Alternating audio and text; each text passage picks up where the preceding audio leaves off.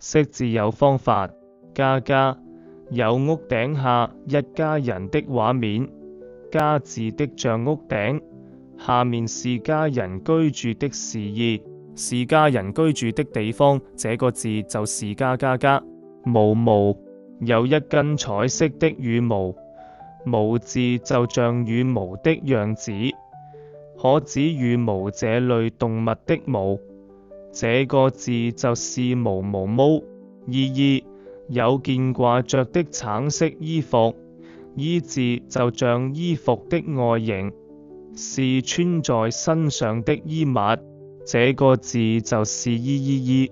包包，有個帶提手的包包，包字外面的部分像包包的輪廓，能用來裝東西，這個字就是包包包。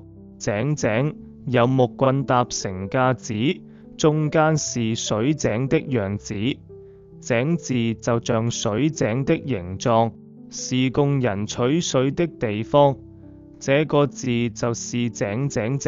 光光，有像發光星星一樣的圖案，光字裏的好似發光的點綴，表明亮，能照亮的東西，這個字就是光。